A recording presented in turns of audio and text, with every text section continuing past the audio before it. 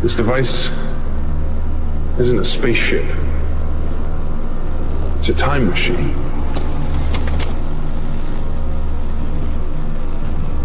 Goes backwards, forwards.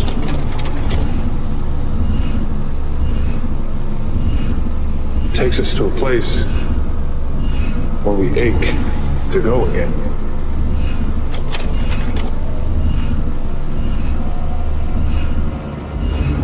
It's not called the wheel. It's called the carousel.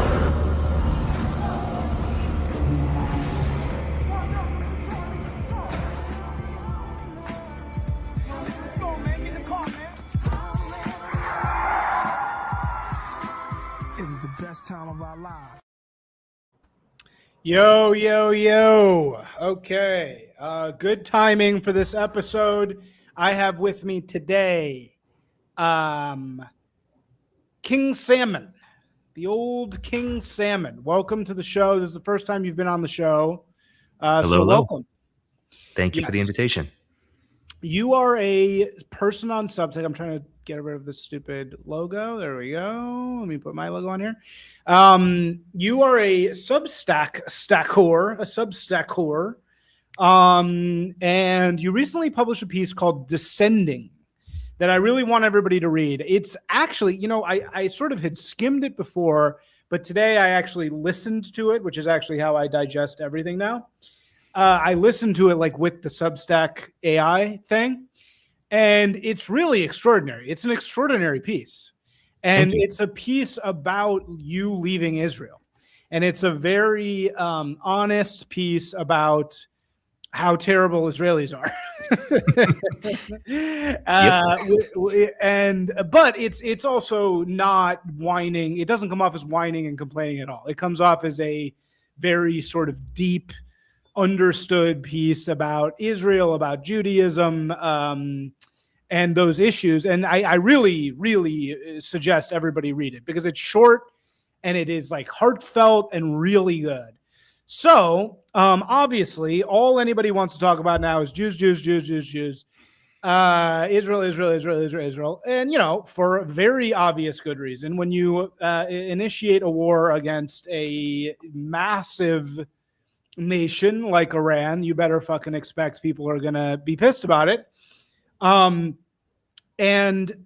I think the issue that is facing the sort of American Jewish chicken clucking factory is just, what does this all mean? Does everyone hate Jews now? Are we supposed to support Israel? Are we American? Are we white?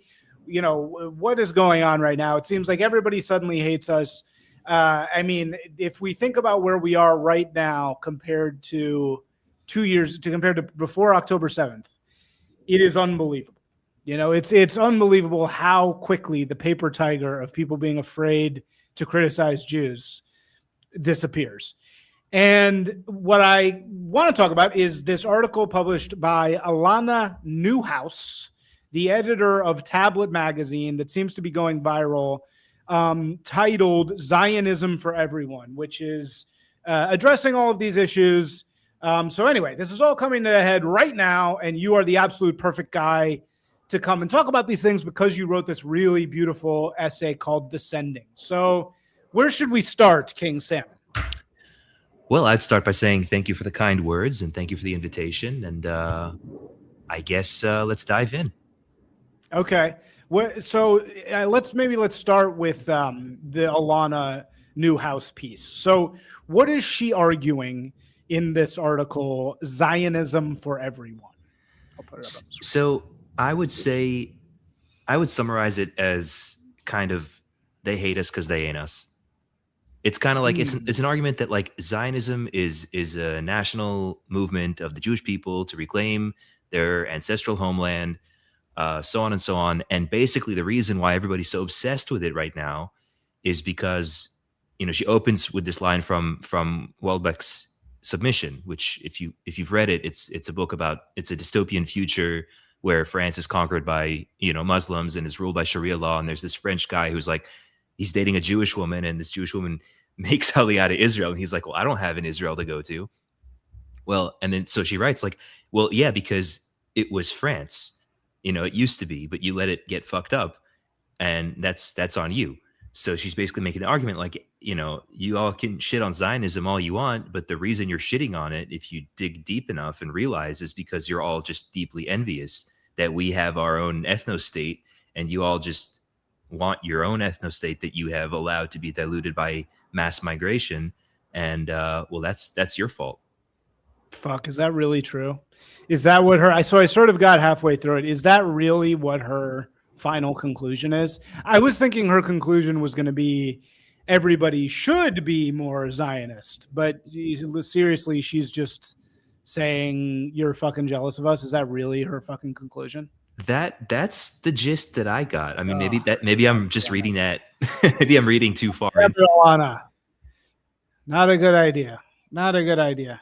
I don't know. I mean, Well, it depends on who your target audience is, right? Tablet is a Jewish magazine, right? Their tagline is, it's a Jewish magazine about the world. about the world. So great taglines in history. Right. No, I understand why their tagline is that. Because they're trying to say it's a Jewish magazine. It's not a Jewish magazine about being Jewish. It's a Jewish magazine about the world. I get why they say that. It's actually a clever line. Okay, so what's your take on this perspective of Alana Newhouse?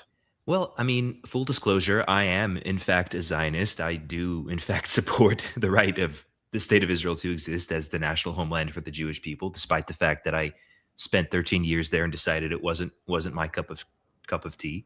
But I do still remain deeply, tied to the place culturally, linguistically. My family's there, so on and so on. So I'm in support. I think that a lot of the things that Alana writes in this article are reasonable claims. A lot of Europeans are thinking things along the lines of what's happening to my country. So they're looking at Israel. I think it's important to separate kind of two issues that get conflated. One is Europeans looking around and saying to themselves, "What the hell is going on?" And two, what I'm claiming and what I think Alana is claiming to be traditional anti-Semitism, kind of projected into anti-Zionism. And they're not the same thing, but they get conflated very often. And that's part of the reason. The reason that everybody's talking about Jews in Israel all day long, besides the fact that there's a war going on and there are bombs flying around in the air, is exactly because of that conflation. So they're not completely and totally separable, but they're also not the same thing. So it's important to keep that in mind. And she's just trying to navigate that boundary with this article, which I think was done effectively, but navigate the boundary between Judaism and Zionism. Well, Jews, qua Jews, and Zionism as the movement to support the state of Israel. In other words, what you term Judaism as a religion, as a system of beliefs, is kind of an anachronism, it's a word that was invented to describe the things that Jews believed around the 19th century. Jews have been around for like 3,000 some years, right? The number keeps changing between 2,000, 3,000, 5,000. I don't know what the real number is. I don't really care. Bottom line is Jews have been around for way longer than the word Judaism has existed. And so to try to capture what Jews are in the word Judaism is really kind of it's like stuffing a whole world into a shoebox. Like it doesn't fit. It just doesn't work. There's way more to it than that. Like, you can say things like, are bagels Jewish? Are dreidels Jewish? Is Israel Jewish? Like these are not straightforward questions. But my point is Jewishness, I guess, is probably a better word to use. Jewishness is much, much bigger than just the narrow definition of Judaism as a religious system of beliefs. Sure. I mean, that's obvious though, right? Well, not to everyone. Nobody now thinks that Judaism is just a religion. I don't think does anybody still think that? I grew up around a lot of Jews in the United States. And so for the first time when I moved away for college, I met somebody who had never met a Jew for the first time. And she, like, her face lit up. I distinctly remember this experience because it was so jarring to me. She was from Boise, Idaho, and she never Mhm. met a Jew before. And she's like, "Oh, you're Jewish? Oh, wow. Does that mean you celebrate Hanukkah?" Like, that was the one thing that she had heard about Jews, and she just, Mhm. it was just like I was like an alien. I was like a foreign creature. Like, I don't know. It was just a very bizarre, and she was positive about it, like she was interested to know about it, but it was just like a very like, oh, you actually don't know anything about Jews because you've never met one, and you've never had the opportunity to ask them, like, what's your Jew thing all about? So yeah, there are a lot of people who legitimately don't know anything about Jews, and they just think they know things about Jews based on what they hear or read online, and which may or may not be true. So, are you a full 100% Jewish? I am. And did you grow up in any particular level I of religiousness, or? I mean, yeah, I grew up kind of like half in, half out. And what I mean by that is I grew up I was born to Israeli parents who lived abroad in the United States. I grew up in the Reform Jewish Day School movement. Oh, okay. Um and so I kind of had an association with that just by virtue of being in the day school system, but I never really found myself to fit in. I think we might have dropped off.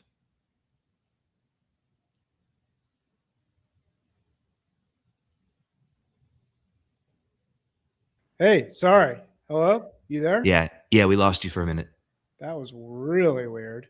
Anyway, keep going. Sorry. Yeah, so I grew up in the Reform Jewish day school system, and then I kind of eventually came to realize that Reform Judaism at its core is essentially assimilationist Satanism. maximalism.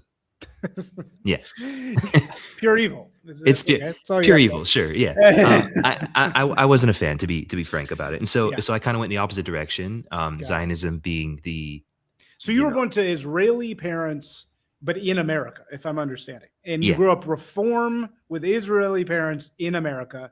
yeah. But even having Israeli parents is a little dubious anyway, right? Because I mean, how long could they have possibly been Israelis for? Like five Well, I mean, minutes, right? Like, they were born and raised there. Their native language is really? Hebrew, so Okay. So they were born and raised in like the very nascent state of Israel, yeah, pretty much. Yeah, okay. Yeah. Got it. Interesting. yeah. And then they came to America for whatever reason. For whatever reason. Yeah. Yeah. Okay. Got it. Interesting. That's an interesting combo. But yeah, cool.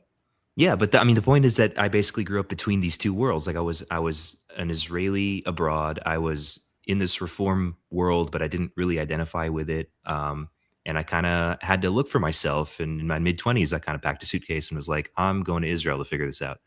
And that's what I did, Okay. and lasted for a decade. So yeah, so you stayed in Israel for an entire decade. Wow. Yeah, And then you wrote this incredible piece about called Descending. And the reason that the piece is called Descending is because the word for moving to Israel for Jews is called Aliyah. It's let's make Aliyah, which means ascend, because right. you're ascending to the Holy Land. And then what's the other word for descending? It's Yerida, which means to go Yerida, down, to which descend. means descending. So you descended out of Israel. But what's incredible about your essay is you're saying something that very few Jews are willing to say, which is you have a great anecdote about a moment you had on a bus. Yeah. Can you share that? Can you share that anecdote? Yeah, basically, it was already, towards the end of my stay. It was a couple of months out from the big move, and I had already made up my mind, like, I'm getting out of this shithole. I can't stand Israelis; they're fucking animals. Um, and I get on this bus during rush hour, and it's packed like a sardine can, and these two old prunes like shove their way onto the bus before people can finish getting off, and to usually I'd hold back and I'd keep my mouth shut because who wants to start a fight with two old women? And they shoved their way on the bus with these big suitcases, and I couldn't help myself. I opened my mouth and I was like, couldn't you just wait for people to finish getting off? And one of them just like immediately starts screaming at me and it's like, who the hell are you? why should we listen to you? You're just a nobody. And I'm translating roughly, leaving out a lot of profanity, of course. But I'm just sitting there like laughing to myself, like, you fucking animals. Like, how do you people live like this? And you know what's so funny about yeah. that is that anecdote is so, look, anybody who's ever lived in the third world at all, it understands this. It's the same thing in fucking Vietnam. The Vietnamese are a very together people, but something about lines. There's something with lines and waiting and that kind of thing where, as you say, the crab bucket mentality of basically every different type of people on Earth besides white people and like Northern Asians. Right. None of them knows. I actually don't know about South Americans. Maybe South Americans are okay at this also, but I have or no like idea. Mexicans. Yeah, Mexicans, I guess, are actually pretty chill about this shit. They're not like really annoying. But there's this crab bucketness that really expresses itself in like lines. And in Asia, it's the same thing. In Asia, it's like somebody will just cut an entire line and just be like, act like it's not a big deal. And there's something in like the white Anglo being that is so enraging. It's like it enrages you to such a huge degree. Right. But well, I mean, it's go ahead. No. What were you gonna say?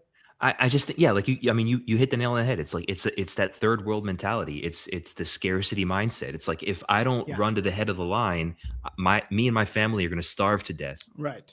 Which might have been true for most of human history. In most places, and we'll get to why Jews in particular are like this. But the thing that really makes it Jewish, here's the thing that makes that story actually really Jewish, is not them doing that, because all kinds of brown people do this the whole world around. It makes it that they then have to go into who are you? You're nobody. That's what makes it particularly Jewish. Because if you ever got mad at a Asian for cutting line, they'll just go, oh, they'll just kind of like fluster around and go away, Whereas if you do it to a Jewish woman, she will find something about your character to like crush you. Yeah. She'll try to destroy your very being.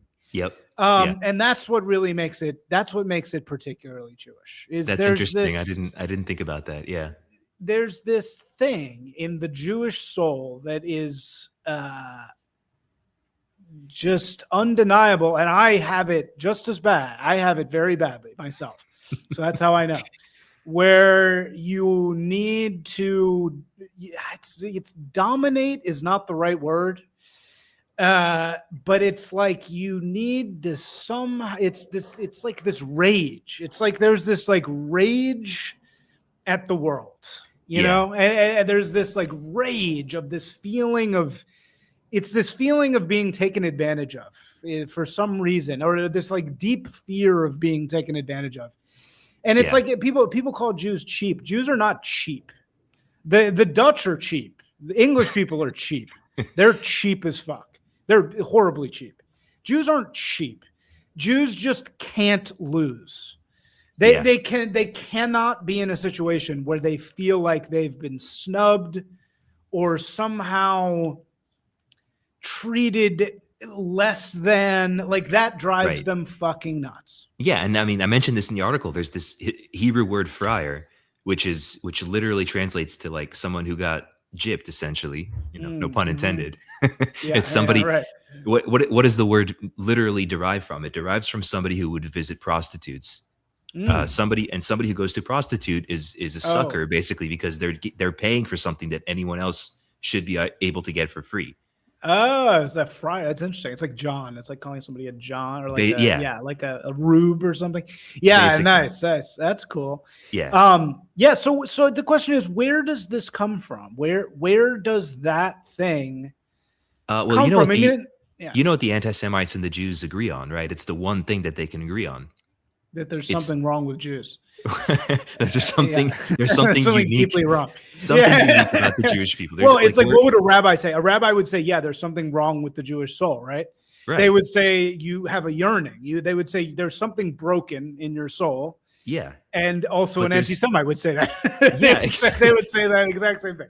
but they like Yeah. it's about the connotation, right? But like they would say it in like the rabbi obviously would say it in it like there's something different, there's something unique, there's something Right. that Exactly. other like all the other kinds of souls don't have this thing that the Yeah. Jewish soul has. Yeah. Right. So, Mhm. you can spin it however you want, but at Right. least they agree on that. Yes. And I think that's true. I mean, I think, again, I'm not going to say I'm not a Jewish supremacist. I'm not a Jewish chauvinist. Even though technically to be a religious Jew, just like any religion, you have to be if you actually believe in the lineage, believe in the liturgy. But anyway, this is a different point. Yeah. But just to fill in what he's saying, what they teach you when you study with a rabbi is that the Jewish soul is for some reason yearning at all times for God. Mhm. And it's particularly yearning for God. It's yearning for God in a very particularly strong way. Right. A particularly Jewish way. Yeah, a particularly Jewish way. And that the reason why Jews are so unhappy and so fucking miserable in their dealings with other people is that they're constantly trying to get to God and they can't fucking figure it out. And the solution to all of this is to study Torah and to follow the rules and to be a good person and to develop a relationship with God, which I fully fucking believe. It was 100% true in my life. I was a very broken fragment of a soul until I started studying Torah and started, practicing religion. And then I became a much, much better person.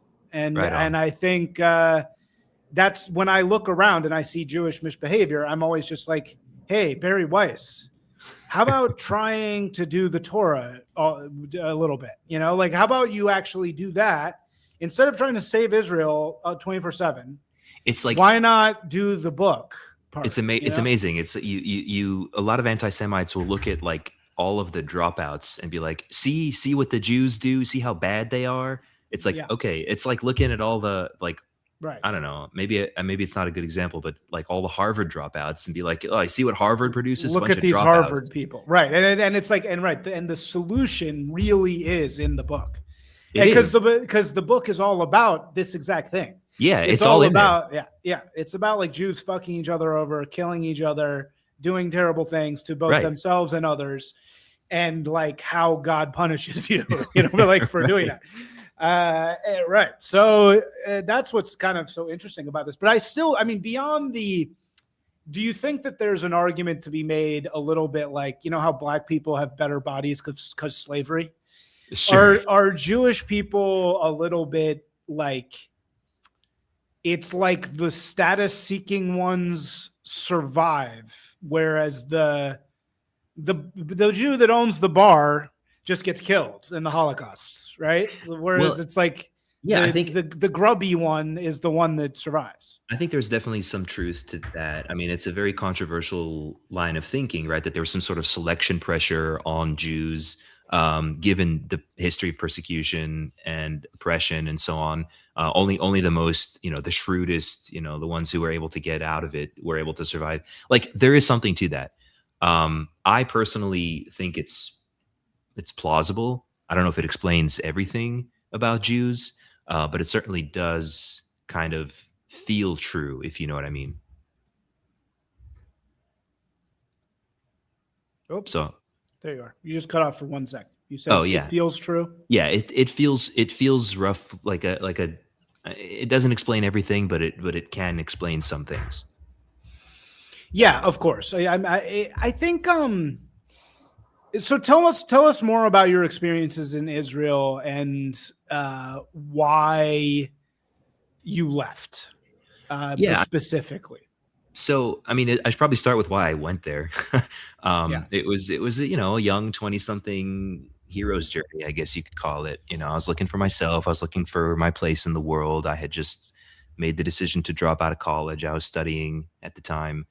Away from home, and I had just broken up with a girlfriend, and I was just kind of lost. And so I packed my bags, as I mentioned, and showed up at a family's apartment outside of Tel Aviv, booked a one-way ticket, and was like, "Hey, can I live here?" And she was like, "Yeah, sure." And then I just kind of slowly found my footing and built a life there. I ended up, after 13 years, I ended up getting married and building a career. I work in software, and eventually I got to the point where I realized, obviously I had grown as a person, and Israel had changed as a country simultaneously. So the person that had moved to Israel back when I did, I'm not the same person that I was, and Israel is not the same country that it was at that point. So it was kind of like a mutual, like, growing apart, I guess. And I felt like it was time to sort of start the next chapter.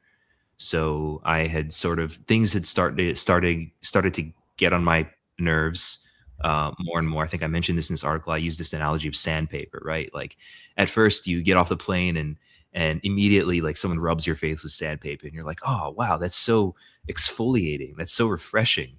Yeah, Um, and that was a great writing, man. I That was appreciate really it. good. Thank you. Yeah. And then, like, after a couple of years, you're like, all right, can you please stop rubbing my skin raw with this fucking sandpaper? And, like, the answer is no. Yeah. You just They have to just put have up to with it. keep doing it. They have Yeah. to keep on. Like, Right. Israelis are very abrasive people. And, like, Yeah. if you don't like it, then you should leave, is basically the response. So I did. Yeah. I've always had very bad experiences with them personally. Yeah, I can't say I'm surprised. I'm sorry on behalf of all Israelis that you had those Yeah, I mean, experiences. it's not, again, it's you can't blame an entire people, but Yeah, I mean, full disclaimer, like, I have to say this, obviously, like, that I know some Israelis who are absolutely wonderful people. They're right. gems of the earth, and I love them dearly. But, like, as a whole, yeah, Israelis are assholes, and I can't stand them. Yeah, I've been in one street fight in the past 10 years. Actually, no, I've been in a couple, but I've been in one that I can remember where there was, there's these Persian Israeli Jews are everywhere in LA. And Don't get there me was started these on the two Persians. guys that we lived downtown in the arts district, and we had this big door that, like, opened up to the alley. And there was these two little hustler Israeli, like, Jewish real estate guys constantly, like, on the phone outside, and, like, and they would, like, they figured out I was Jewish very quickly, and they would just walk into my house. They would just walk right in to the living room without being invited, and they'd, like, sit down and just start talking to me. And I was like, at first I was like, ha, this is, like, cute. And then it got really, like, not cute. It got really like, this is gross. And one time I was so hungover. I used to be a bartender at the Ace Hotel, and I would get home at 3 a.m. and, hammered. And then I would wake up and write all day, actually. And then they were like, they were outside at like 7 a.m, screaming on the phone, standing on our stoop for no fucking reason. Like, why are you on our, like, there's a whole alley. You're So standing obnoxious. directly on our stoop. Why are you doing that? And I went out there and I was like, guys, calm down. And they kind of, like, went like that. Like, they Yeah. kind of, like, pushed me off, and I just, like, couldn't take it anymore. And I just, like, fucking, like, got into, like, a full on fight, like, fist fight with two of them at one time. Yeah. And it was bad. That's wild. But yeah, and then I felt terrible about it later, and I would always see them, and it was really awkward and never worth. Violence is never the answer.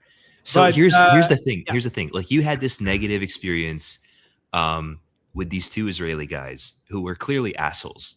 Yeah. And my question is, like, do you think that, I'm trying to think how to phrase this. Like, is it because they were assholes, or is it because they're Israelis? It was because they were Israelis. Look, it's true. Like, there's something wrong with those people, and it's again, it's not all of them, and there's something wrong with black people, right? I mean, it's like, if you go to the hood, you're gonna have very ridiculous experiences with black people. Yeah, that are gonna be, especially if you're not black, right? Right. Yeah, that are gonna be extremely unpleasant.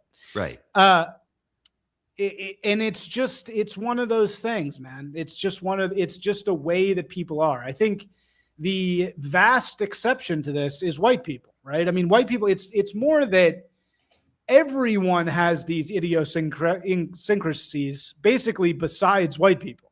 Right, because white Eh, people are like the yeah. only non-people, right? Like, that famous Uh, graph. I'm not saying I agree with this.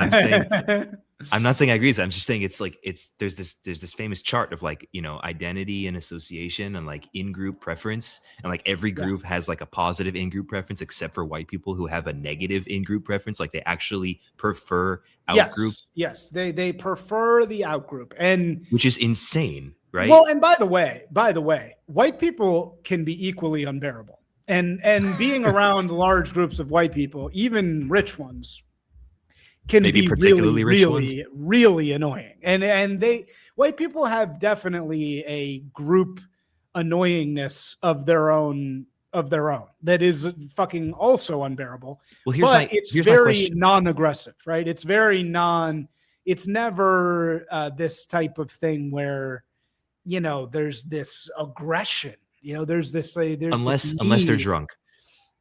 Even then there's a sort of like it's not the same. It's not the same thing, Yeah. No, I see what you're Eh, saying. I mean, you obviously have a lot more experience with white people than I do. And when you yeah. say white people, I'm assuming you're like, let's narrow it down a little bit, like waspy kind of upper middle Yeah, class. wasps, or the best way to experience this is to just go to Denmark. Just go to Copenhagen. Go hang out in this is what I say to every anti-Semite that comes on this podcast. Move to Denmark. You want to go live in the ethno state with no Jews and all white people? It's right there. It's Copenhagen. They have Lego. There's all kinds of stuff. They don't have like Muslims praying in the streets there. I don't even. Not I just really. assume Europe is all like that now. Not Copenhagen. I mean, they're like, I think more and more like Sweden has that. But in any case, go to the Netherlands. The Netherlands, yeah, and I think there's a bunch of minorities. But if you actually hang out with the Dutch are all total white people, and the Dutch are fucking. After a while, they are so fucking grating, dude. It's not this. I mean, the Dutch are a very unique case because they actually are assholes. They're assholes in a totally different way, though. Like, I think the thing is, with Israelis, it's like personal. Like with Israelis, it's like their need. They have to one up you. Of course, they have to win. Well, everything with Israelis is personal. Yeah. Everything. Yeah, like they can't feel if an Israeli gets in their head that you feel that you're better than them, they are going to spend all their time making sure that you somehow get taken down a few notches. Yep. So that you don't get to go around and have that thought about them. And they will make it personal. They'll find you and make it fucking personal. So here's the thing. Like you only know Israelis as a minority, right? You're in Los Angeles. I'm assuming like every third person there is either Israeli or Persian or I don't know. Well, yeah, I stay away from them, but it's easy to stay away from them though. You can get it. They're just in certain areas. Yeah, they tend to clump together. But like Israelis are different when they're the majority. Like when you're in their native habitat, you still have assholes, but people have a different, like that awareness of being a minority, which I think is a big part of why they act the way they do when they're in places like Los Angeles. That gets taken away because it's like, okay, well, if you know that everybody's going to act like that, it kind of moderates it raises the bar for being an asshole, because if everybody's going to asshole back at you, you're going to be like, no. I better watch out. It's like a perfect, wow. It's a like nuclear arms race. Training. Yeah, it's an asshole training ground. Marines. Exactly. It's the Navy SEALs. Yeah, because you just know everybody is going to be the same back to you, so you watch out. Whereas if you are around a bunch of non-Israelis who are not the same order of magnitude of aggression, you feel no restraint to act out and just be a dick. I think that's a part of it. That's one explanation. I don't know. I'm just guessing. Yeah. So then how does that manifest itself? Like what kind of asshole Olympics are going on in Israel? Well, I mean, clearly my bus example is a counterexample, right? Because they didn't hold back, but it could just be that they're a bunch of old prunes. And there is a generational difference. I mean, I would say that kind of behavior would be completely unexpected from somebody in their 30s or 40s. let alone 20s, unless you're in like a shithole area where the third world crab bucket mentality is the most dominant one. But like there's a pretty strong cultural difference between, say, downtown Tel Aviv and like way out in the boonies where people are generally less, lower socioeconomic status. We call it the periphery in Hebrew. It's like literally the periphery of the country where things are just kind of more third world. Um, so there is that difference. But despite Israel being the size of New Jersey, there is quite a bit of regional variance in culture and attitude and religiosity and all those different metrics. So you have a part, and this can bring us back to Alana's piece.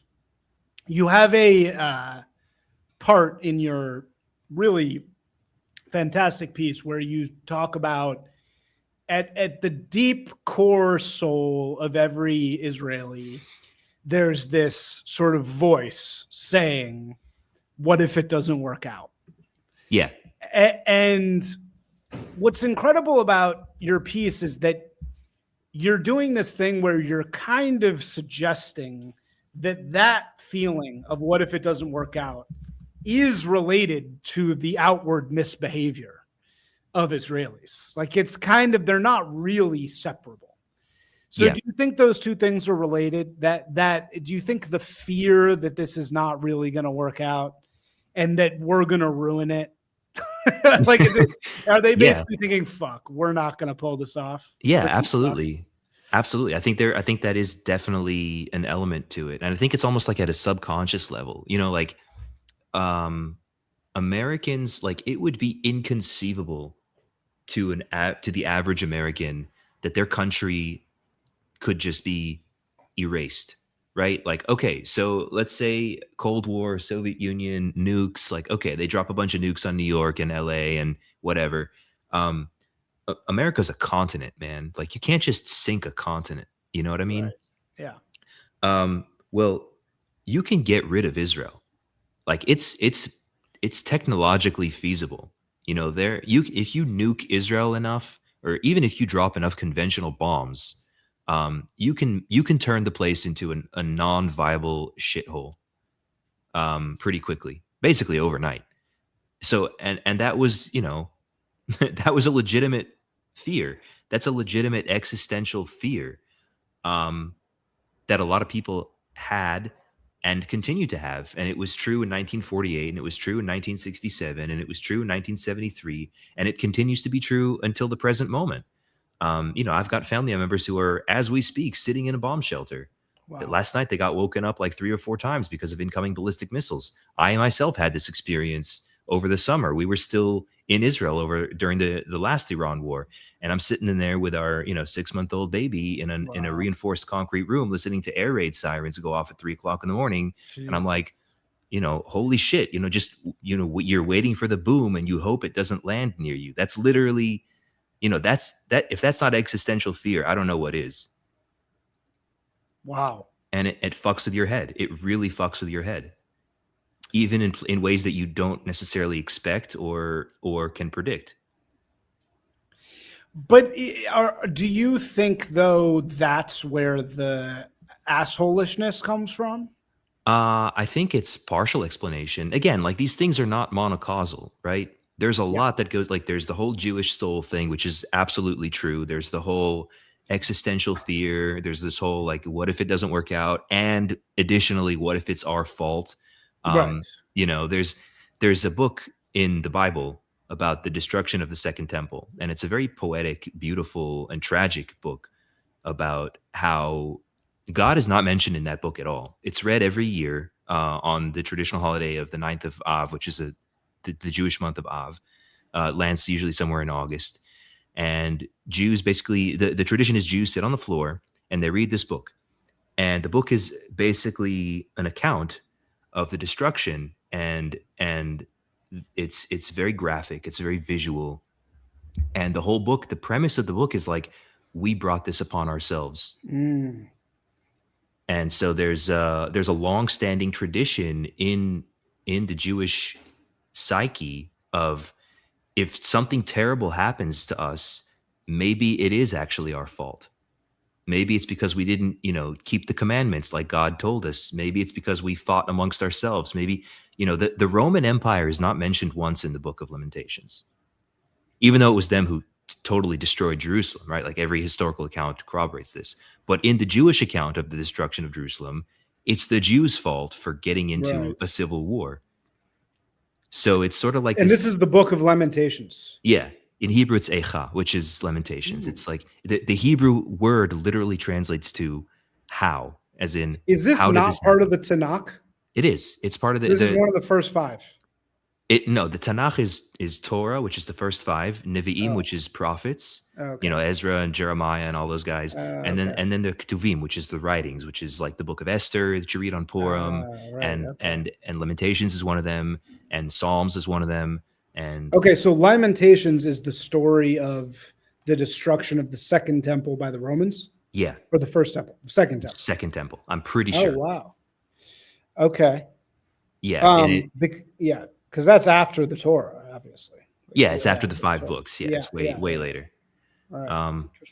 Yeah, and like the bottom line is basically, we I think we talked about this earlier about agency, right? Like the whole idea behind the book is sort of to try to preserve agency, because if you can blame yourself for something bad that happens to you, then the logical conclusion is that, well, maybe if I did the thing to cause the bad thing to happen, then in the future I could do something different, and then the bad thing won't happen. I think Lamentations is about the destruction of the First Temple. Okay, I could be wrong on that. Yeah. So there's some, whatever. Somebody has to keep us straight on this, but so I think, but So the larger point is like, so for somebody like me, when I'm seeing all of this, Stephen Smith has us right here. I think there's like, for me personally, seeing what's happening with Jews right now is very much Book of Lamentations, because it's like there's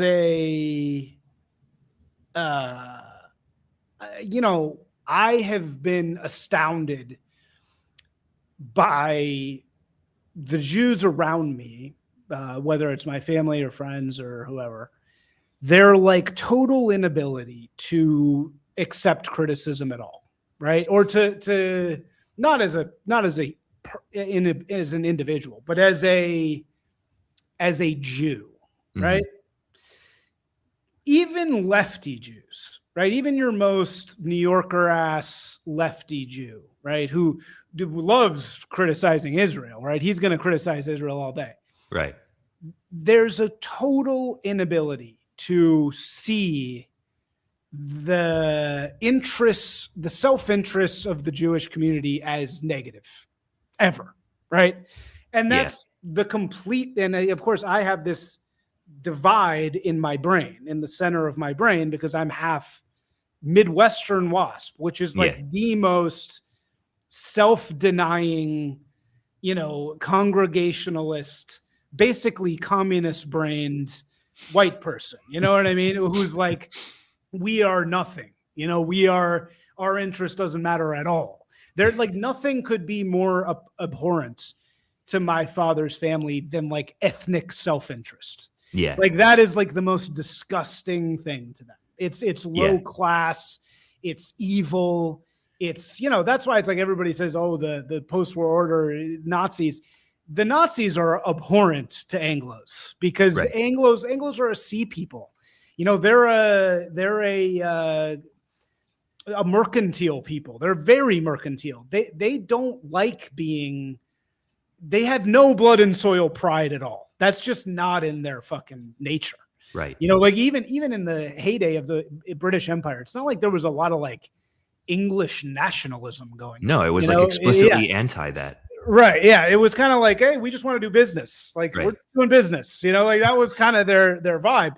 And so it's funny because it's like the two polar opposites. Like on that side, it's saying anything good about white people would be just like, no, ew. Whereas on the other side, you have the Jews, and it's like saying one bad thing about Jews or Jewish behavior, it's like, oh no, sir, you cannot. You're feeding the anti-Semites. The anti-Semites are going to hate us no matter what we do. You can't cow to them. You can't, what? Well, it's a lot of it is a fear, exactly like you mentioned, is feeding the fire of anti-Semitism, and particularly when And you mentioned that in your piece. You mentioned you say that. Yeah, so how do you deal with that? Are you like afraid that you're doing that, like fueling anti-Semites? I mean, not really, because the kind of people who are going to read my article are the kind of people who there's very little overlap with people who are going to actually read and engage with what I write and write comments that say you're a fucking Jew. You know what I mean? Like if that's your, like, that's what I wrote. And it's basically, if this is what you're inclined to do, like, please just see yourself out, because I'm not interested, and it just doesn't matter. And like, there are those people, and they are on Substack, and it's shitty, but we live in the real world, and that's the way it is. As a lot of people call it, there's like low IQ anti-Semitism and high IQ anti-Semitism, right? Which are both legitimate things that exist, and they are in fact different. So if a high IQ anti-Semite wants to read my piece and tell me what they think of it, I'm very interested to know. But yeah. So I guess, where do you think this is all going? To return to Alana's piece, the thing that I think is why your piece is so illuminating is, like, if Alana's point is you're just mad that you lost your own nationalism, which again wasn't ever there, really. Maybe for France a little bit. Yeah, I was gonna say, like, do you know French people? Like they're super French. True. They are. That is true. They are much more like nationalistic than the English. All your points hold up well for Anglos. I wholeheartedly agree with everything. Not necessarily French, and certainly not Germans, right? Not Germans. Germans are super German, especially if you get them drunk. Oh man, I'm telling you, they are very German, way more German than they're willing to let on when they're not drunk. Yeah, and the Danes and the Dutch are kind of, the Dutch are basically Anglos, but they Dutch would never, ever admit one iota of supremacy. They would never admit it, but they definitely like enact it. But they feel it. Yeah, they feel it. Yeah. The only people in the Netherlands that would ever admit it is like a total hick farmer, right. Which would be like the smartest person in America. But like, it's like it's a total, those are the only people who admit the slightest bit of Dutch nationalism. But at the same time, they say the most difficult, here's the total opposition. They say an Israeli is a huge asshole, but they'll invite you into their Shabbat dinner the second they meet you. Right. And they write this in the article. It's true. Yeah. They say the hardest club to get into in all of the Netherlands is a Dutch person's house for Christmas. Like, you are never getting that fucking invite. It's like, they totally keep you separate. That's amazing. So it's like they actually enact it. But I guess, Alana, the thing that she's saying is like, you all just kind of wish you had our level of nationalism, or like ethno-state pride. Mm-hmm. And sorry, you abandoned France. Okay, Stephanie Wakefield is saying the Alana place does say Israel is a model for everyone. Right. Okay, so, but again, like, is it? Maybe. I mean, Israel's currently, as you're saying, it's a pretty unpleasant place to be. Well, let me be clear. Ugly, it's pretty gross, and it's barely hanging on, and everybody there is terrified that it's going to disappear at any moment. Let me be clear about one thing. Israel, for all of the criticisms that I level at the state of Israel and life generally there, if you put Israel on the scale of unpleasantness from 1 to 10, along with all the other countries and all the other places in the world you can live, I would still put it around like a 7 or 8 out of 10 pleasantness. Like the weather is good. There's a lot of sunshine. The women are beautiful. The food is delicious. Some drawbacks: it's super expensive. Sometimes there are bombs. Sometimes there's terrorism. But like, you compare it to fucking, I don't know, Congo or even an Islamic. Yeah, Lebanon, which is right next door. Like, well, I don't know about Lebanon, but what's wrong with Lebanon? I don't know, Hezbollah. Like, they've completely turned it into a base. Yeah. I would much I mean, rather, living under fundamentalist Islam sucks because especially it's, if you're I not mean, it's worse than fundamentalist. communism. It is it's like communism times 10, times 5. Yeah, You know, there's basically. no art, there's nothing to do. You can't do anything. You just have to, there's literally nothing to do. And You just also, sit around and like smoke cigarettes and have sex with boys. Small I young don't know boys. how much you've traveled in the Islamic world, but like I've been to some places, and Don't kill me, Islamic faction. That's a fucking joke. Okay, you can make fun of Jews as much as you want. All I'm saying is the fundamentalists. I love my Muslim brothers. I love all people, but all I'm saying is those cultures that are fundamentalistly Muslim, which is not all of them, but like the hinterlands of Morocco. yeah. There's not a lot of vibrant life going on. It's pretty much prayer and that's it. Yeah, I mean, I have not been to the hinterland of Morocco, but I would imagine it's probably pretty fucking boring. Yeah, it's not fun. Like that type of Islam is really like pretty smothering. You know, it's a smothering force in terms of day to day kind of like the beauty of life. You know. Yeah. Yeah. I mean, but like, again, I just want to emphasize this point. Like, yeah, I level a lot of criticisms at Israel in this piece, but all things considered, if let's say tomorrow, like America kicks all the Jews out, okay, probably not going to happen, but maybe. Where would I go? There's I no would go to fucking way Israel. that's gonna happen. But I'd go to Israel. Like, what else would I do?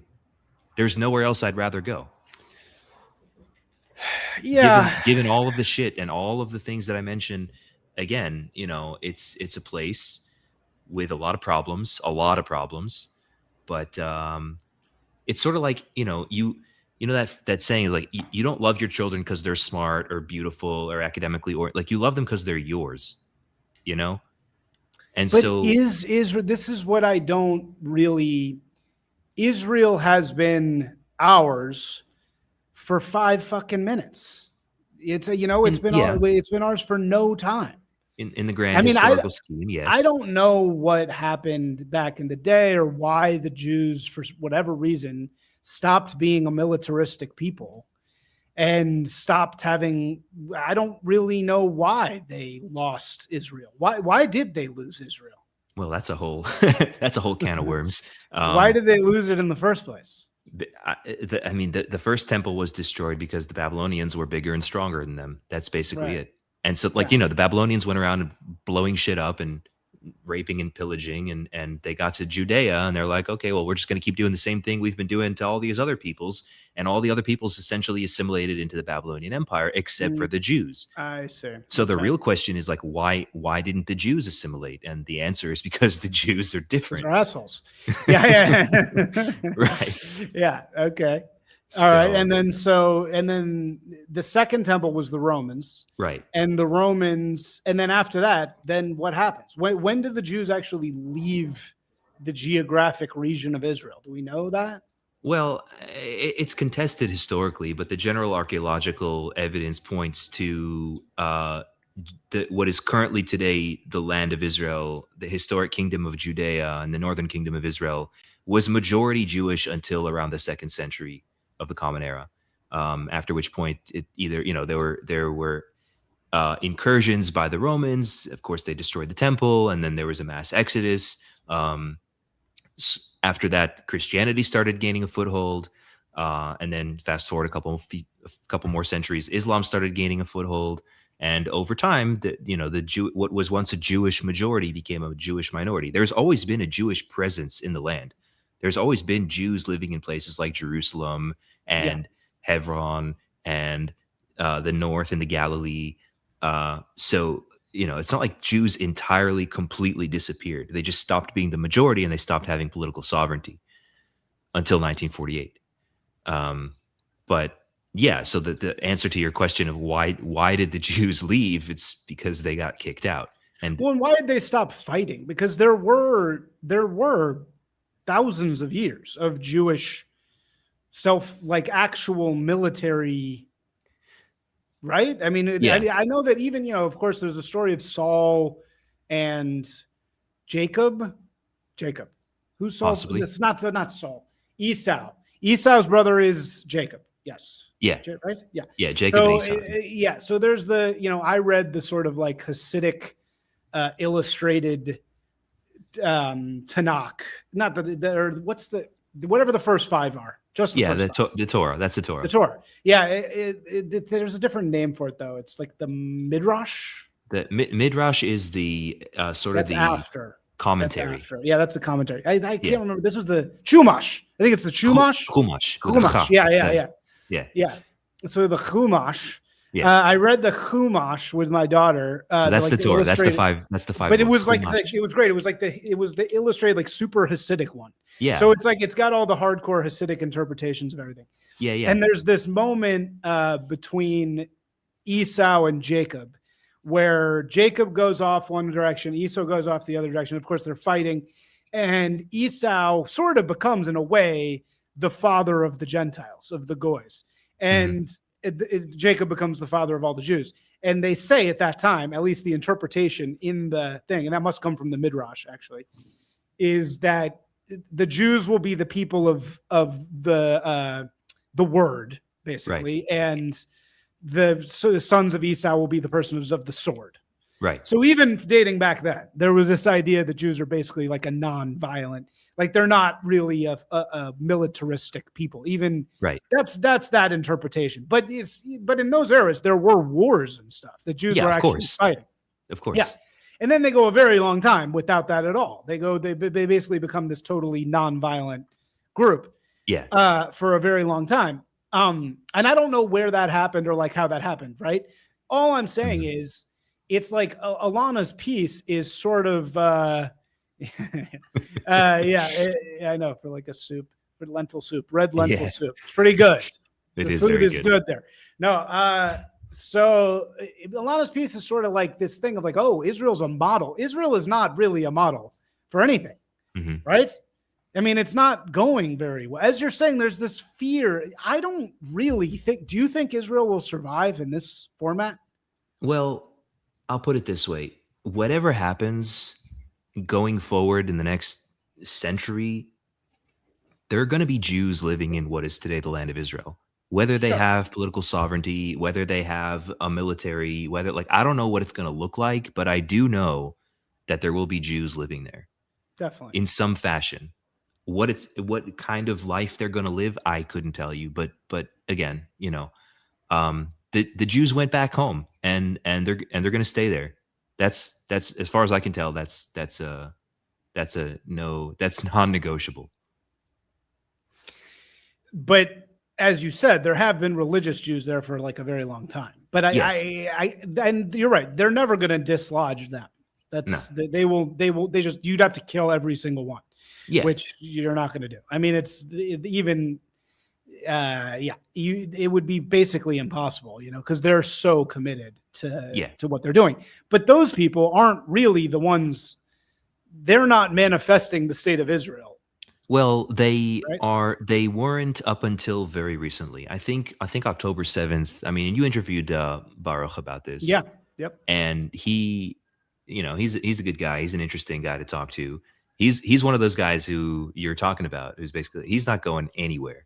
You know what I mean? Like, no matter what, come hell or high water, like the state of Israel collapses tomorrow, IDF is completely disbanded. He's not moving an inch. He's staying put. Yeah. And, there's something to be said for that. And there are a lot of guys like Baruch. And I think a lot of people don't realize that whereas people who think like him today might be a minority, them and the Haredi Jews are the only ones who are having like 3, 4, 5, 6 kids a family. Yes. So demographically, they're going to become the majority in a very short order of time. Yeah. And if you don't think that they're going to co-opt all of the institutions of the state, you're very mistaken. Yeah. I mean, that's true. That's an inevitability. Well, and that would be a good thing. In my opinion, that would be a good thing. Do you think that would be a good thing or a bad thing? Well, I think it would turn Israel into like a way more based ethno-state. Would it be a good thing? Well, it depends on your perspective. I think it would make Israel much more resilient and willing to fight for itself.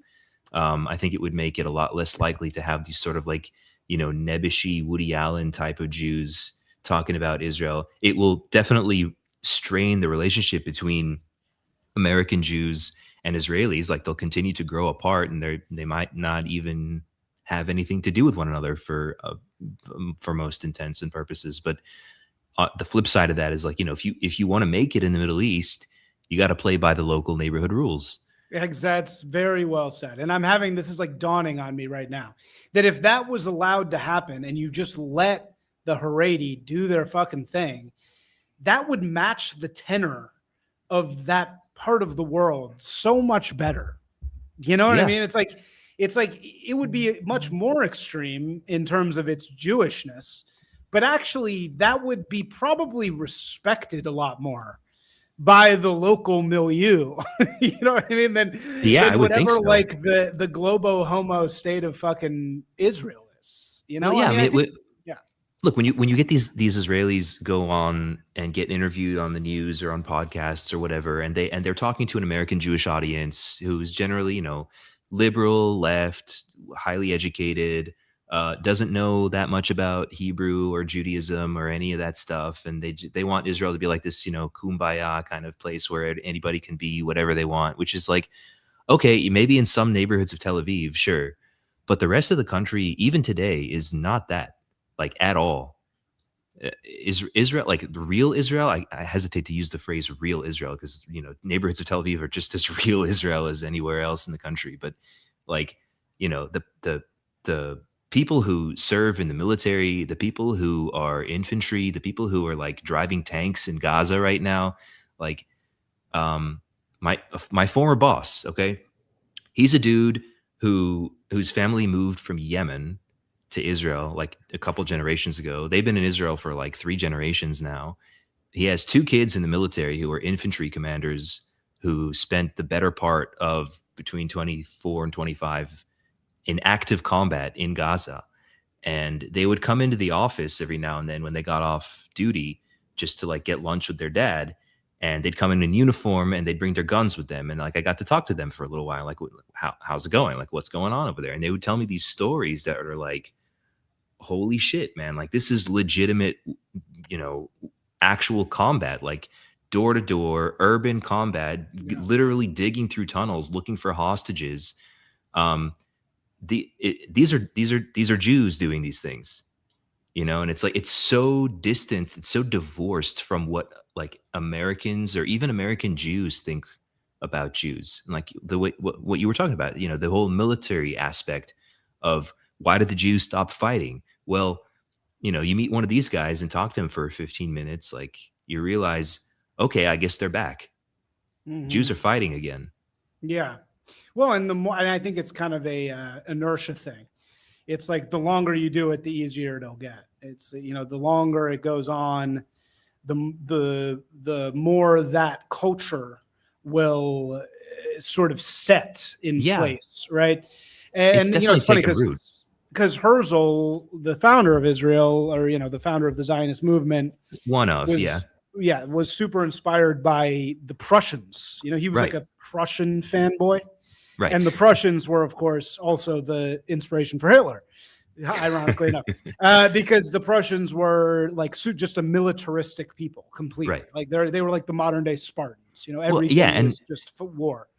To be fair, the Prussians were, there's, have you ever met a Prussian? Like, there are no Prussians today. Exactly. Where are the Prussians today? Okay.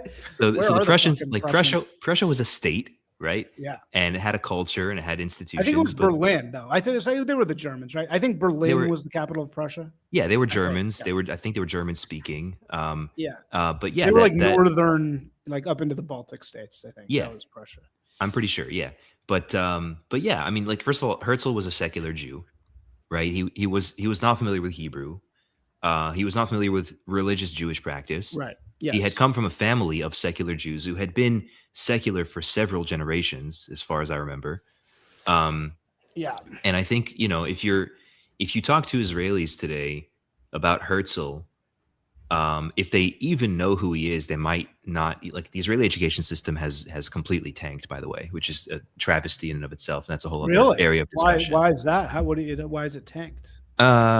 Long story short, a combination of COVID and then incessant wars has led to Zoom school, and everybody knows how effective Zoom school is. So, and it wasn't doing so great to begin with. But anyway, yeah. Okay, Ari corrected us. Yeah. Okay, good to know. but his parents weren't, which is important. Yeah. But anyway, yeah, about Israeli education, like they might have heard of Herzl. Every city in Israel has a street named Herzl. Um, but like, did they know who Rav Kook was? Did they know who Moshe Hess was? Did they know who Nordau was? Like, there are a lot of other so-called founders, quote unquote, of Zionism. Like before it was a state, it was just a movement. It was just a bunch of Jews who were like, how do we answer, what is our answer to the Jewish question, right? This question started being asked, like, what do we do about the Jews? Mm-hmm. And there were several different answers that were kind of, competing with one another. There were the assimilationists, which ended up becoming the Reform movement. There were the nationalists, which ended up becoming the Zionists. And then there were the Haredis, who were kind of like, the Amish of the Jews, who were just like, we're just going to build our walled communities and speak Yiddish and do our thing and just leave us out of it. Those are kind of like the three general responses, right? But anyway, I'm rambling. No, it's fascinating. I mean, I think just the question remains, I think the thing that we're trying to dig out here is Israel an example for anything? If Alana is telling everybody, you're just wish you could have the ethno-state nationalism of Israel, is that true? And because we were sort of talking about this yesterday, it's so funny that the brand of the Jews for 2,000 years has been, again, this nonviolent people of the word, where the rest of the world was warring with itself forever. And we're kind of on the side, hey, we'll come in, we'll come in and out, we'll come in and out, like, never fighting for themselves, never, just kind of like, we don't want to get involved. While the rest of the world had war every day, war was a part of everyday life. Right. And then, suddenly, like 80 years ago, that stopped. And war stopped becoming a part of everyday life for 99.99% of people. I mean, it's amazing of Europeans. Yeah, of Europeans. It's amazing to, even most people now, right? It's like even the Asians, of course, Africa is the big exception, but it's like, if we imagine the pilgrims, it was like, a pilgrim, you woke up in the morning and like, okay, there's like a 25% chance you get raped and killed by an Apache, or whatever, whoever the Indians in Plymouth Rock were, Yeah. Like we have this, it's incredible. I have this WASPy family. We have our thing that goes all the way back to the Mayflower, right? And these are extremely civilized people. And there's like a little description when you get way back then, the 1600s, of what each person did and like who they were, like, oh, they came from here, they did this. Yeah. And there's one dating way back that it was like participated in quelling King Philip, who was an Indian, King Philip's revolution, and placed his head on a spike and hung it over Plymouth Rock colony. Like it says that. And this is like 300 years ago. Like, right, not that long ago. Imagine your dad being the guy who like put King Philip's head on a spike and like hung it outside your door. Wild. Like that was the norm for people every single day of their lives forever. Yeah. Violence was like everywhere all the time, constantly. Right.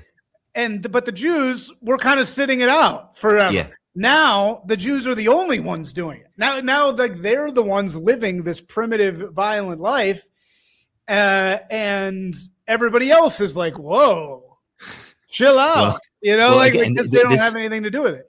This goes back to what we were saying. Like a major tenet of Zionism is or was to become a nation like all the other nations, right? It's like, well, okay, here you go, Yeah. That's what you wished for. Here you go. Now you get to fight wars. Now you get to fight for it. Right. Yeah. It's true. Yeah, it's really true. So so you got to be careful what you wish for, I guess, is the lesson in that. But the thing is, do you think that Jews are a parasitic people? No, I don't think that. I think that people who think that are anti-Semites. I think that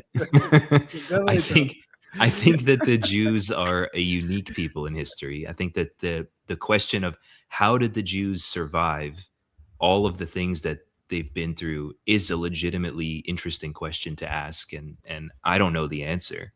Um, but suggest that the Jews are a parasitic people would imply that the Jews don't produce anything of value, and I think that that's manifestly untrue. I think that the Jews have produced a tremendous amount of things that are valuable to the rest of humanity, not least, the Bible, for one. Um, Not to mention all of the disproportionate influence and representation in scientific endeavors, in fields of math, in the fields of science, as I mentioned. To say that the Jews have not contributed anything is bullshit. Well, nobody would say that, right? Well, if you I mean, say that they're even the worst parasites, anti-Semite wouldn't say that the Jews haven't contributed anything. I think what the anti-Semite would say is it's not worth it, right? well, They I would think say, I mean, the Jews are explicitly portrayed as parasitic in a lot of anti-Semitic literature, right? What is a parasite? A parasite is an organism that takes but does not produce. well, It is a net negative. but so those are two different things, though. A parasite and a net negative are two different things. The net negative argument drives me fucking insane. And when people make that argument, it infuriates me so much because it's impossible to argue against because it's utilitarian. Mhm. If some anti-Semite decides that, oh yeah, there's some good Jews, there's some bad Jews, but on balance, they're bad, and they'd have a negative impact. If they make that decision, there's absolutely no way to argue with it because they've in their minds they've done the calculation, blah blah blah. Yeah. Of course, that's utilitarianism, which is bullshit. You could do that with everything in your life. Is your family, your family, are they better or worse for you? Oh, the second they're worse for you, bye. Right. Let's kill them. It's like that's just not how life works. You don't. It's not an You Excel don't make spreadsheet. that. It's not a fucking Excel spreadsheet. Exactly. Yeah. You can. That's not to say that there aren't huge criticisms to be made and huge things to do, but you don't just kill people because they have, on balance, they're worse. Let's extend it to like the Somalis in Minnesota, right? Like, right. Do you think they should kick out all the Somalis? I think it's a reasonable proposition. I don't know if they should or not, but I'd need to do a little more research. But like, it's not, it's worth exploring. I'll leave it at that. It's tough. It's a tough one. Should they kick out all the Somalis? But if you have to say, if you're going to be okay with them kicking out all the Somalis, you kind of got to be okay with them kicking out all the Jews, right? Right. It's a double-edged sword. Yeah. Do you want to just start rounding people up and deporting them? I don't know. It's a tough one. Yeah. But to get back to your question, about Alana's point, her proposition of is Israel a model? I think it can be a model for some things. I think France, for example, to go back to our favorite example that we keep harping on, France could use a lot more ethno-nationalism than it has today. If France had a sort of strong, France as a nation has produced a lot of good stuff, right? Their claim to fame is, the whole Enlightenment and all the ideas that they've put out into the world, some of which are good, some of which are terrible, but, we'll leave Rousseau aside. But the French should be proud of what they've produced and given to humanity. And if all they want to think about is how bad they've been because of colonialism and all the other, bad stuff that they inevitably did, okay, if you want to be guilt-ridden and driven to oblivion as a result, that's your prerogative. But the result is you get conquered by barbarians, right? And that's why she opened with the Welbeck line, which is, I don't have France to go to, or I don't have an Israel to go to, where it should be France. You know what I mean? So if France were more like Israel in that regard, I think it would be good for France, and I think it would be good for the world. So it's not going to happen, though. That's probably the not. thing. Did you see Yarvin's recent thing where it's like they're not going to rise up? You're probably right. He got in trouble because he was like, they're going to send 100 million people to your house and it's going to turn into South Africa. You're not going to do anything. I don't know if I necessarily agree with him in that sense, but I appreciate the sentiments. that whatever this disease is that has allowed the West to become suicidal and that has allowed white people and WASPs to die and completely give up everything, you know, whatever that disease is. And it's everywhere, by the way. It's in it's in Japan. The disease is called the Jews. No, whatever disease, whatever that fucking disease is. I don't think there's any way to really, you can't like think your way out of it. You know, it's not, you're not going to like, everybody has this idea of Thomas Paine, you know, during the revolution where Thomas Paine's just like basically an anon and he's riling people up. You know, he's got his pamphlet and they're riled up to you know, fight this actually pretty arbitrary battle against the English. You know, they're very cheap. You can't they can't tax each other. You know, and so everybody thinks that that's what's going to happen, that somebody's going to write a pamphlet, you know, well, and then everybody's going to get it. Everybody's going to one day in France be like, oh yeah, you're right. I don't think that that's going to happen. Here's the thing. It was like, okay, you might be right about France. You might be right about the Anglos. I don't know if you're right about the Germans. I don't know if you're right about the Czech. I don't know if you're right about the Hungarians. Like, the Poles, right? The Poles are hanging on. Yeah, the Poles are like the most based country in Europe, right? Like they're all just. That's because they refused to apologize because they had nothing to. They got fucked worse than anybody, right? Yeah, that's their big thing. Yeah. Which, you know, depends on how you interpret it, but we'll leave that aside. The Poles made a decision, as did the Hungarians, that, you know, we're not going to let it a bunch of barbarians who are not like us. No, like, we're going to build a wall, we're going to build a fence, and we're going to shoot people if they try to cross it. And I don't know if you've been to Budapest, but like, it's a beautiful city. It feels like Europe because you see Europeans everywhere. And I don't mean it is Europe. Yeah, it does. I don't mean white people. I mean Europeans. It feels European. It looks European. The architecture, the buildings, the food, the churches. It's, you know, and I was in London relatively recently, and London does not really feel like Europe anymore. Like, we got off a tube stop and it was fucking like Afghanistan, like women walking around in hijabs and people talking in Arabic, like selling kebabs on the street. Like, it did not feel like London. It did not feel like Europe. And that's scary. That's scary. That's a loss of something. That's something that's being taken away. See, to me, it's deeper than that, though. It's not, the problem is not that London looks like Afghanistan, which it does in certain places. The problem is that London looks like an imitation of itself. I was just there. London is hollow. The brown people taking over the street is a symptom. Yeah, absolutely. And these places are killing themselves for some reason that we don't understand still. Well, sorry, go ahead. I would propose that the reason is guilt. It's guilt. If you are so beset with guilt over genocide, colonialism, all the things they accuse the Jews of doing, right? It's pure projection. Then that's enough to commit civilizational suicide. But it's not, I don't think it's that either. I mean, not to argue with you too much, but I don't think it's guilt. I think it's financialization. Yeah, I feel like it's what it is there's no, you know what's happening in London? This is a great example. There is this issue with queuing at pubs. Mm-hmm.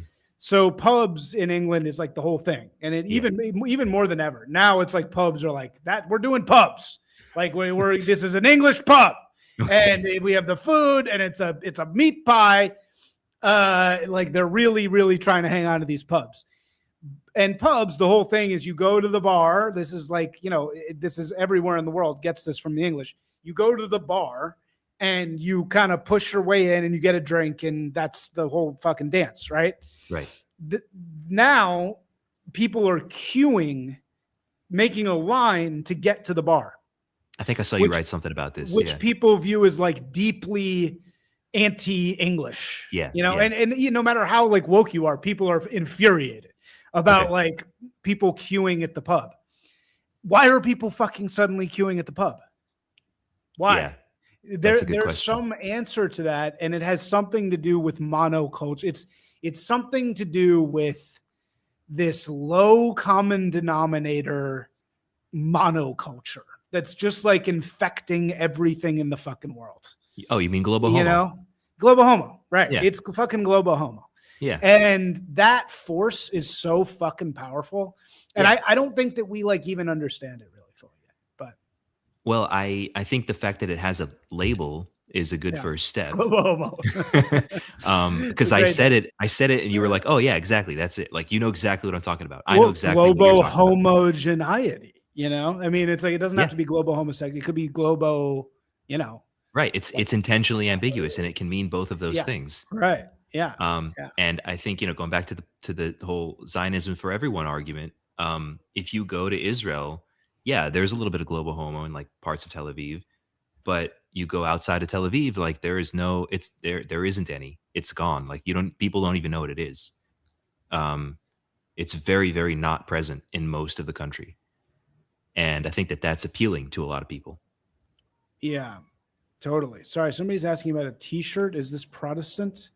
Yeah, my t-shirt is from my favorite coffee shop, but it is pretty like designery. I don't know if you're being serious. This guy who's asking questions. Okay, fine. Let's finish this up. Yeah. What's going to happen to this period? Jews are hated 7,000 times more than they were 2 years ago. We all know that. It's on the tip of everybody's fucking lips. You can feel it in the fucking streets. Where is this going to go? Are we going to get a break? Are we all going to have to move back to Israel? Are you going to have to move back to Israel? Where's this all headed? Well, let's give Barry Weiss some credit here. She did get one thing right, where she described the last 70 years as a holiday from history. Europe and America felt bad about the Holocaust, and they were nice to the Jews for about a couple generations, and that's over. Like, everything's going back to normal now. Like the whole world is going back to hating Jews like they always did. And that doesn't necessarily mean that they're going to genocide the Jews, but it does mean that they're going to exclude us. It does mean that they're going to ostracize us. And ironically, it's going to have a very strong effect on Jews, assimilated Jews, realizing, like Alfred Dreyfus did, oh, they're never going to let us into their club. If you know the whole story about Dreyfus, people who are listening who are not familiar, he was a French military commander who was accused of treason. And Herzl was actually observed. This is the story, and it's contested, but this is the story, at least, that Herzl observed the Dreyfus trial, and he was like, "Holy shit, the Enlightenment is never going to work out for Jews. Let's go make our own state." That was like the radicalizing moment for him. Right. Mm-hmm. So I think a lot of Jews are going to have like a radicalizing moment. In fact, I think I know personally a lot of Jews who have had that realization, where after October 7th, after all the people were like, chanting "globalize the Intifada" on their college campuses, they're like, holy shit, I'm always going to be the Jew. Might as well start wearing my Star of David necklace. Mm-hmm. Yeah. It's huge in LA right now. Yeah. All the Jews are like, every time I go out, like 4 of the guys I'm with they're wearing their necklaces. Yeah. That's really funny. Because they're kind of Personally, I don't have to do that because, like, I'm Jewish looking enough where I can walk through the park, and like the Chabad guys, like, they'll skip the first question because they just know. They just go right in. They just did you put tefillin? I'm like, obviously, they don't even ask. So like, I don't need the necklace, but like, some Jews, they want to identify and they want to identify publicly, and yesher koach, as we say, like, all more power to you. I would say the answer is God. The more I talk about this and the more I see it, and actually you really made something click in my head about Israel earlier. It's Israel only makes sense if it's Haredi. That's what it deserves. That's what's not fake about it. Yeah. All the fucking gay shit is fake. And that's what pisses people off. Yeah. If you had a bunch of Haredi praying all day and having 17 kids and expanding, but being their weird ass autistic fucking selves, I don't think the Muslims would give a shit. I Right. mean, maybe they would a little bit, but like they'd probably be like, "Oh yeah, those guys are a lot like us. Like they're whatever, like leave them alone." I think the thing that pisses people off is it's the entanglement of Judaism with globo homo. Yes. That's the problem, and Yes. it's like And that's the problem. And the solution is, the as you solution, but the say, solution isn't nationalism; it's God, and that's always been the case. The solution in the Torah, or maybe not always, but at least in the Torah, the solution is always stop worshiping the calf. Right? It's right, always go back to the book. It's right, not go back to the nation. right, right, You right, right. know, that's kind of what it seems to me to be Well, the. Sorry, go ahead. there's a lot to that. I think that's a very solid point. And I think a lot of Israelis, secular Israelis who never, stepped foot in a synagogue in their lives, are coming to that conclusion. Um, they're realizing that Yuri Bezmenov, the Soviet spy, that viral video that was recorded in the 80s. What does he end with at the end of the day? He talks about religion and God. He says any civilization that survives, the only way that a civilization can survive, and he's absolutely 100% right about this, is to believe in God. Wow, is that how he ends that? That's Yeah, great. Wow, that's huge. yeah, and I think he's 100% on the money. Yeah, I think that's the way forward, and it's not think pieces will only get us so far if you don't read the book. It's so ridiculous for me to be telling anybody to read the book. It's like I am the worst example, but even the little that I've got from studying, not even Torah, studying Tanya for 5 Yeah, years, and this is like once a week at the best. But also going back and reading the not the Torah, but reading even just the bits of it that I have from the illustrated stuff I've been reading my daughter.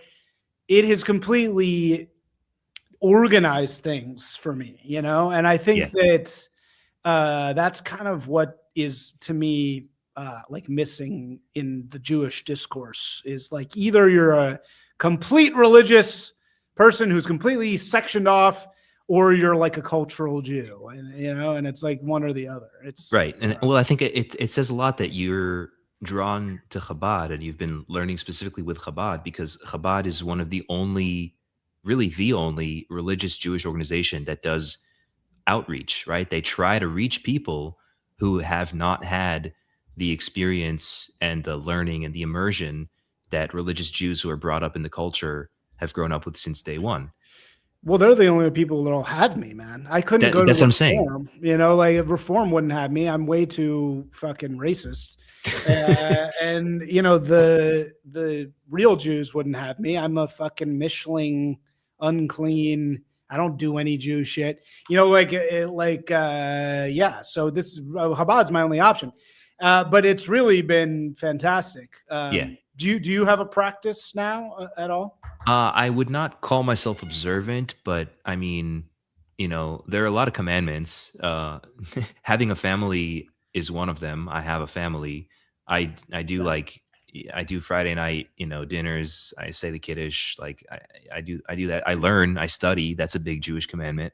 So no Jews do none of the commandments, and also no Jews do all of the commandments. So everybody kind of lands somewhere in between on the spectrum.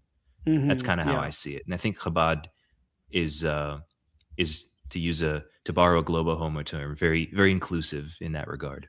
Yeah, well, and that's what really it was horrible. I was Tucker on Team Tucker against, and all my friends who were Jewish were like, "No, bad, Tucker bad, Tucker bad," and I was always like, "He's not so bad." And then, of course, he has to go after Chabad. And Right. it's like, all right, That was well, I that was can't say the it. That that's what was the did it. line. I mean, you got to have a line, right? Yeah. You got to have some line. I'm not going to keep supporting him after that because Yeah. Well, that was Tucker's strategy. Is he like continuously raised the volume, like getting closer and closer and closer to like touching the third rail until he was finally just like he couldn't hold it in anymore. It's like, it's the fucking Jews. It's always the Jews. And like, I saw it coming from a mile away, as did a lot of people, but everyone's got that point where they realize like, oh, okay, I see. Javier's telling me to accept the Lord Jesus into my heart. I'm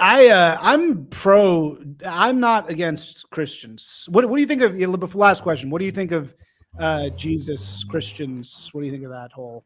I'll share a short story. One time I was in college and I met a girl, nice girl from a Dutch girl. She spoke fluent Hebrew. I have no idea how she learned fluent Hebrew. And she invited me to a picnic one day. And so I went on this picnic with her and her friends, and they're all super nice. And like right before we sat down to eat, like she's like, let's say a prayer. And I was like, okay. And to my bewilderment and surprise, she said a prayer to Jesus the Messiah in Hebrew. She's one of these messianic Jews who, I don't know if you've ever met these people, but like their Jews whole for Jesus. yeah, but their whole thing is like they're Christians, and they specifically proselytize to Jews to try to save their souls. And I was like, oh wow, this is really interesting. Like I'm not on board, but thanks for the picnic. But my bottom line is like, regarding Christians, that's a big topic. I don't know if we can cover that in 30 seconds, but okay. I have nothing against Christians. Christians are a-okay as far as I'm concerned. Just keep the Jesus stuff. I'm really happy that you found Jesus. Just, I'm okay without Jesus. Let's leave it at that. Yeah. Well, good to know. I'm like whatever. We can talk about it. Next episode. Next episode we'll do Jesus. All right. Thank you so much, King Salmon. This was great. Everybody must go read this piece. Really a great piece of writing called Descending. We need a lot more from you, man. People need to know you could be a big Substacker. If you keep writing stuff like that, you could be a really big Substacker. More people just need to see your stuff. And you got to stop naming your stuff one vague word. That doesn't work because then nobody understands what the hell you're talking about. You got to tell people what it is, and then they'll read it. It's great stuff, man. I appreciate the kind words, and I will take it to heart. Cool, man. See you later. Thanks so much for joining. Take it easy. Bye. Bye.